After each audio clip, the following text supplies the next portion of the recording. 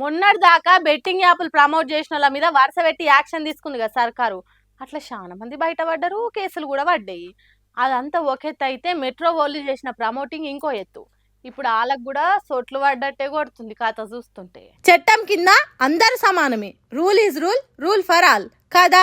అట్లానే మొన్నటిదాకా రాష్ట్రం అంతా హల్చలైన ఈ బెట్టింగ్ యాప్లు ప్రమోషన్ ముచ్చట్ల చాలా మంది దొరికిపోయిరు. అయితే వీళ్ళంతా వీడియోలు చేసి బయట పడితే మెట్రో మాత్రం బాగా జాప్తే ట్రైన్ హద్దాలను దర్వాజాలను కూడా ఇడవకుండా పోస్టర్లు అంటబెట్టి ఎంతో ధైర్యంతో ప్రమోటింగ్లు చేసింది కదా. మరి అందరి మీద యాక్షన్ తీసుకున్నప్పుడు వీళ్ళని అట్లెట్లు ఇడిచబెడతారని తెలంగాణ హైకోర్టులా పిల్లేసిర్రు. న్యాయవాది నాగూర్ బాబు ఈ పిల్ను దాఖలు చేసిండు. ప్రజా రవాణా వ్యవస్థగా ఎంతో బాధ్యతతో ఉండాల్సిన మెట్రో రైలు సంస్థ పైసల కమ్ముడు పోయి అడ్డమైన బెట్టింగ్ యాప్లు ప్రమోట్ చేసి అమాయకుల పానాలు పోతందుకు కారణమైంది. కాబట్టి వీళ్ళ మీద యాక్షన్ తీసుకోవాల్సిందే అని కోర్టును కోరితే ఇప్పుడు ఈ పిటిషన్ మీద విచారణ చేసిన హైకోర్టు తర్వాత విచారణను ఈ నెల 24 తారీఖు వాయిదేసింది. ఇప్పటికే ఈ కేసుల సినిమాలు, సోషల్ మీడియా ఇన్ఫ్లుయెన్సర్లు, యూట్యూబర్ల మీద కేసులు బుక్ అయినాయి. కొందరికి నోటీసులు కూడా అందినాయి. మరి ఈ మెట్రో వాళ్ళ కథ ఏమైతుందో చూడాలి.